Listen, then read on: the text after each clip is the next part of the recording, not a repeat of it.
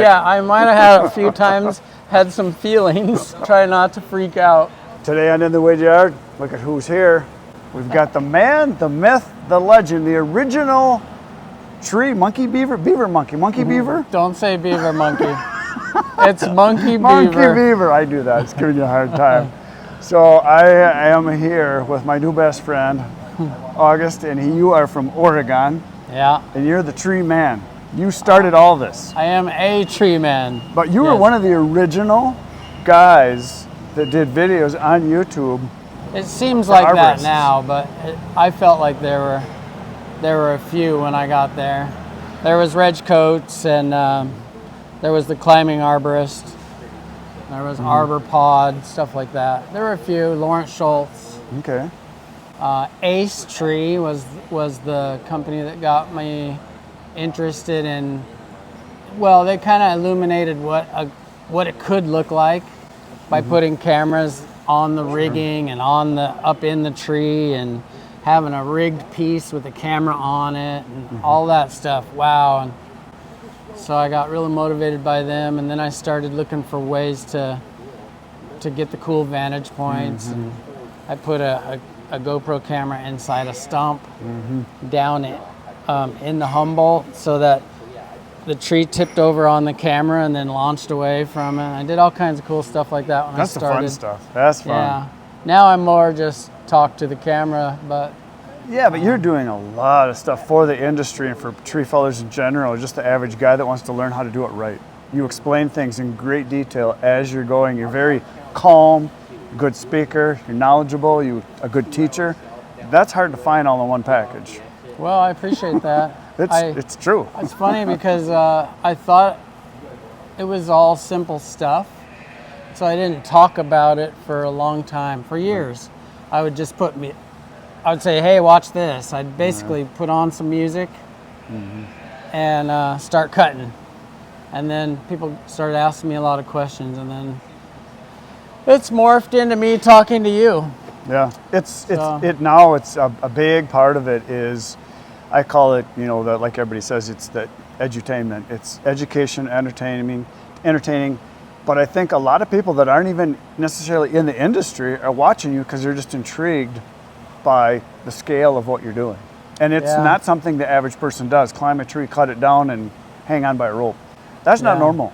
Well, I call them my little old ladies. There's a whole bunch of people who watch the channel that don't know really much about tree work other than what I say.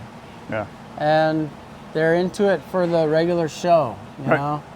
There's plumbers and and retired ladies and a lot of retired guys that just feel like they're vicariously living through it. They're still out there working when they watch one of our videos, and they like the camaraderie of the crew and the interaction.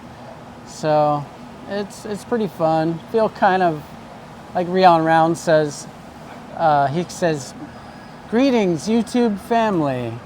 So it's kind of like that. There's a lot of subscribers that I feel like I know. Yeah. And I've actually met a lot of them by going to trade shows. Yeah, yeah. And you come up and you see people who recognize you and they want to chit-chat and tell you thanks. Yeah, it's cool.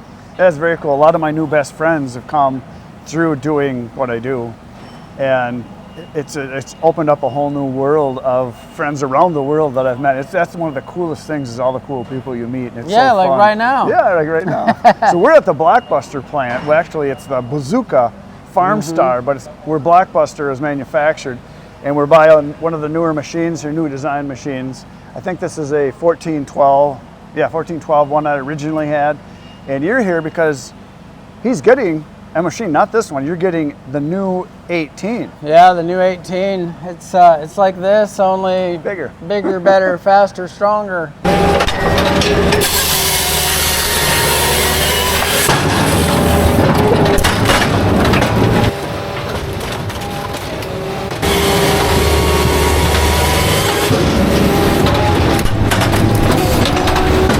Very fast, yeah. So it may even be too fast for me. I can make use of it. You'll get good at it. So the whole purpose of you being here is this is something that they think, Blockbuster thinks, that a lot of arborists could make use of a resource that you're not necessarily making use of right now. And that's kind of what your thought was too, is that, hey, you got all these trees, you might as well use them for something. And you started with firewood, so you know. Yeah, I started with firewood way back in the day, and I learned that the less times you handle it, the better. And so something like this, it obviously makes sense if you want to start moving firewood. Now, the reason it works for me, the reason I believe it will work for me, because I gave it up. It's a hard racket. They pay me to take the wood, and my YouTube commenters for years have been offended by how much wood we chip. And they think that we should be utilizing that byproduct.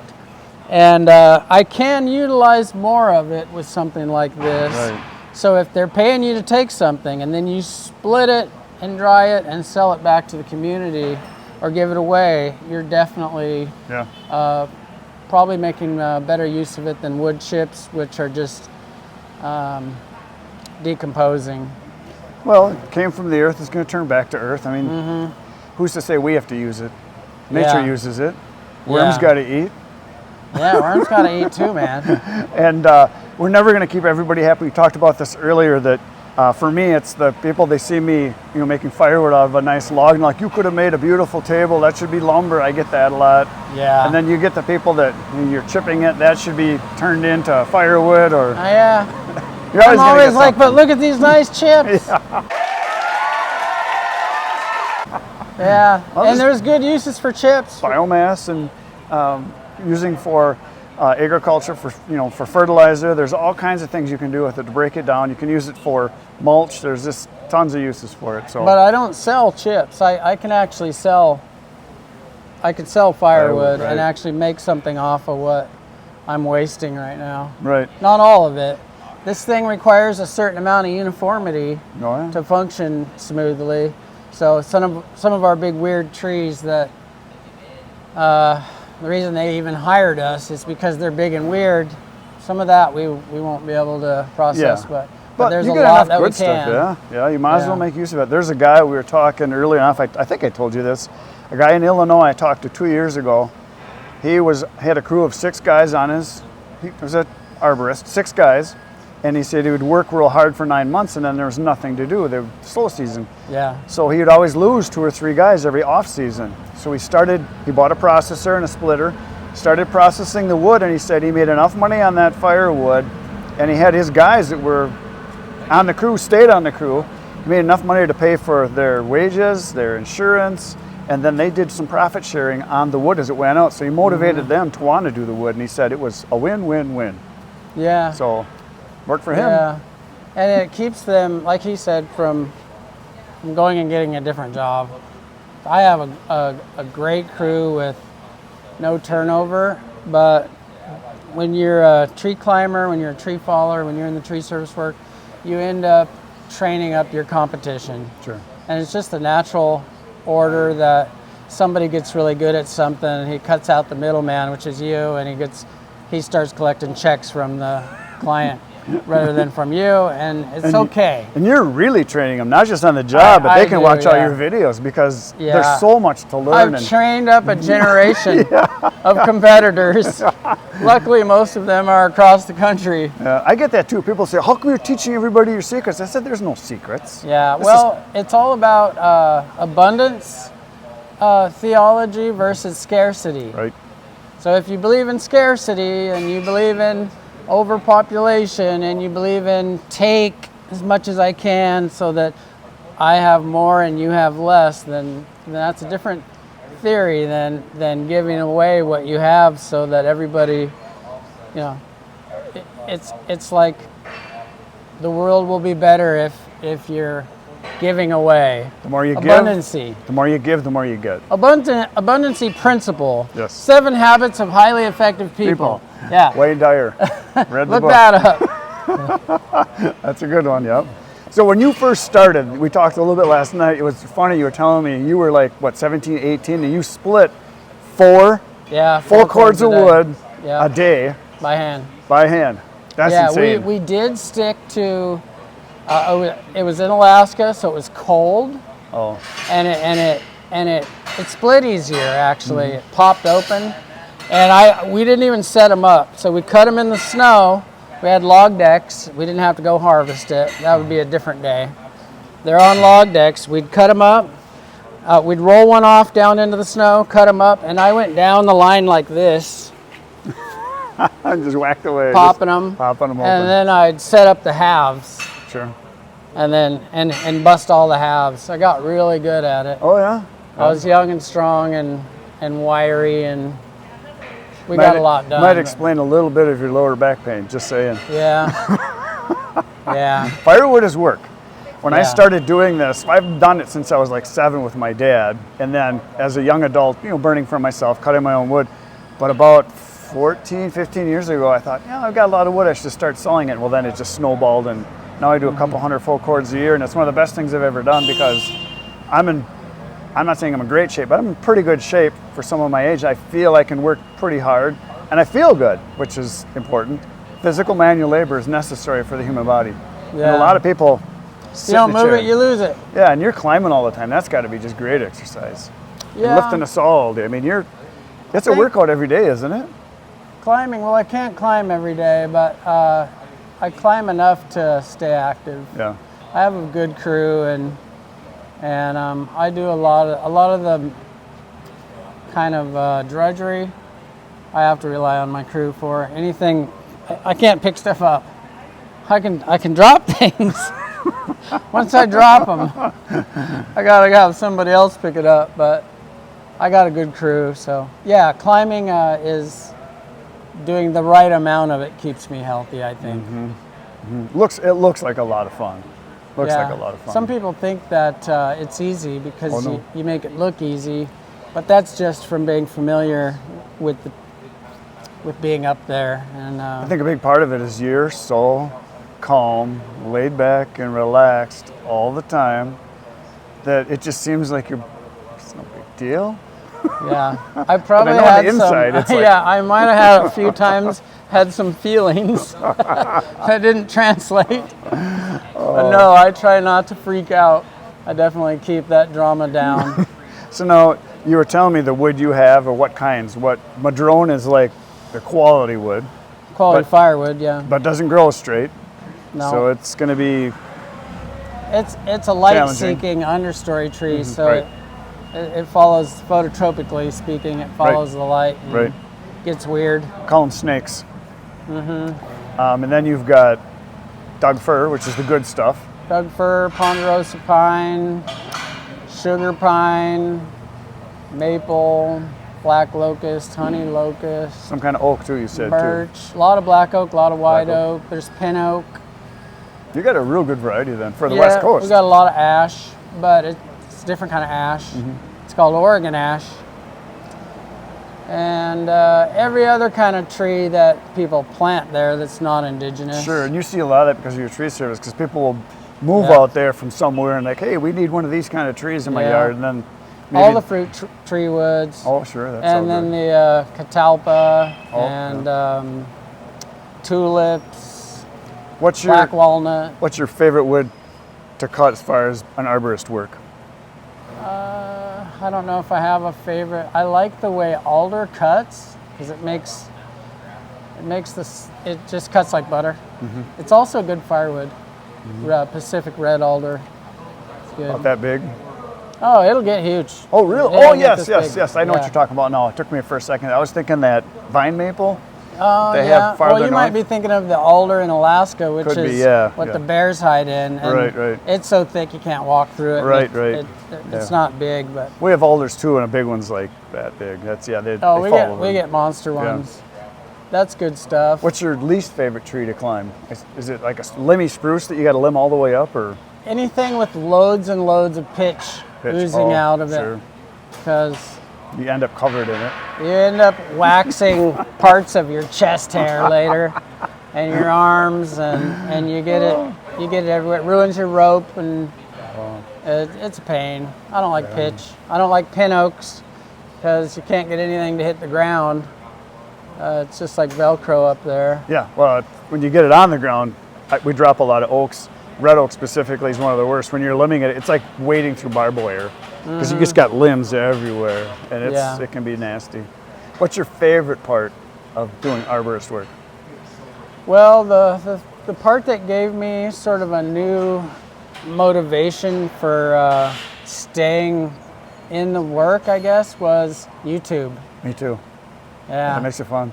Yeah, so I was ready to quit and be like a bus driver or something. Really? I was going to take my commercial driver's license and convert it to driving the bus and just having a warm inside job and say hi to people when they got on and off. And then GoPro came out. And once GoPro came out, I'm like, ooh, now I can take you with me. Put it right here. Yeah, put it right here. Yeah. So that was a game changer for sure. Now you started what, 16, 17 years ago on YouTube, right? I think 2010. Yeah. 10, yeah.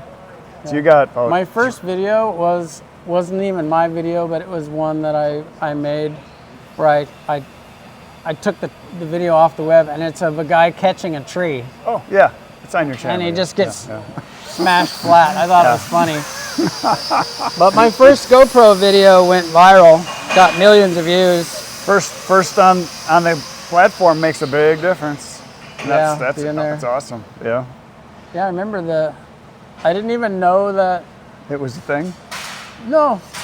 Did you monetize it right away, or did it take a while, or didn't you even know about it? No, I didn't even know you could for years. Yeah. And then somebody took it. Somebody stole it and said it was theirs. Oh. So then I realized that somebody was making money off of me, and I got mad, and I contested it, and I eventually won, and then I got a check for back revenue, which was pretty cool. Yeah. It's good to get paid. Very good to get paid. Yeah. And now I try to put out at least one video per week. Your videos are, I know what he's doing. Shooting-wise, work-wise, climbing-wise, editing-wise. You're doing multiple cameras, many different angles.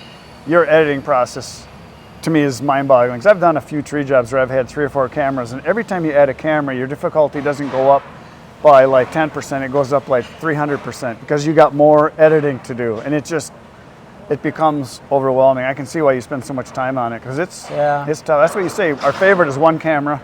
Yeah. 2 is real nice because you make sure you get a couple different angles and you can show some different footage. Yeah. 3 starts to get, it's okay. After that, it's kind of nuts. You can make a good video with 1 camera, a really good video, but 2, you can start to really, because a video gets boring if you don't cut away now and then. Right. Just 1 vantage point like this. You guys maybe don't mind because this is more of a podcast style thing. But if you don't cut away and you just stay with 1 shot, yeah, you got to have. It's a little old. Well, we can chop this up to be all kinds of different things if we want, but yeah, you want some interruption in the pattern, the viewing pattern, and it makes people shorter clips, different angles, different sounds. Yeah. Like dropping trees, obviously, is dramatic because you get all the different things happening.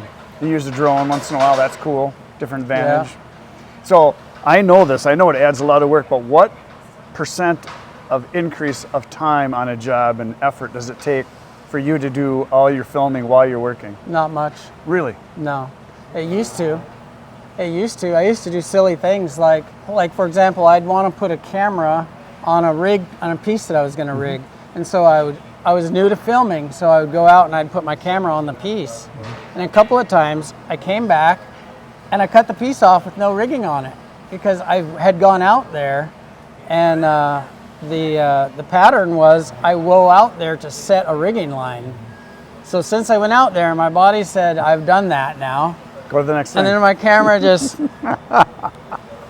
oh, I never hooked it up. I've left them on equipment. One of my truck drivers came one time on. I put a camera up where he was sitting unloading logs and went out on the boom. Totally forgot him. He drove away. So I got some cool footage of him going on the highway. Yeah, you can turn that. I've done that. Left the camera running and had little critters. I didn't want that to happen. Oh yeah. Yeah, like an insect will walk across the lens or something. Yeah, it's all that cool stuff. I don't think it takes much time now because I'm so used to filming that it's just part of the job. And it's kind of got these clamps, and you just clamp it here and make your cuts and do your talk, and then put your camera back on your belt and go back to work. And what do you not think that you much. spend on a say a week editing, answering comments, just this stuff?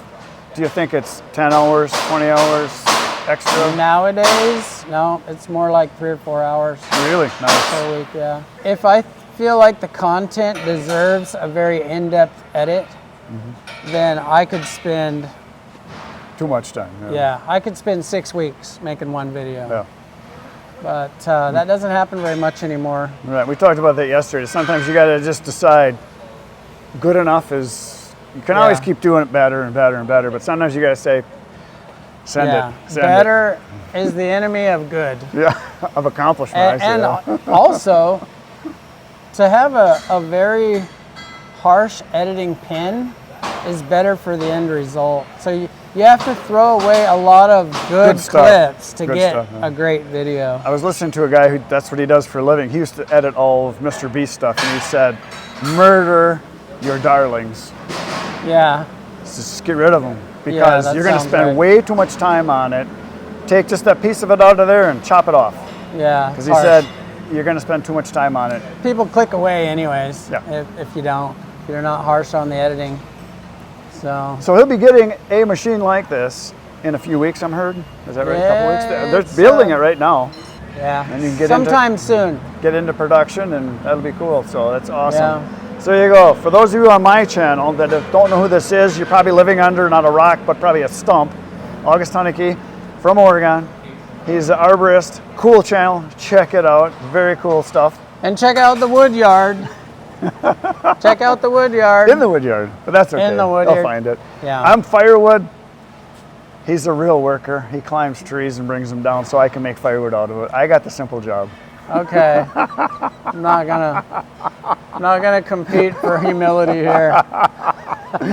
Oh, it's work no matter how you look at it. Yeah. It's work. And Yeah, it's good, clean work. honest work. There you go. That's all I got for today, folks. See you tomorrow morning, 5:30 a.m. Good night, Irene. Good talking to you.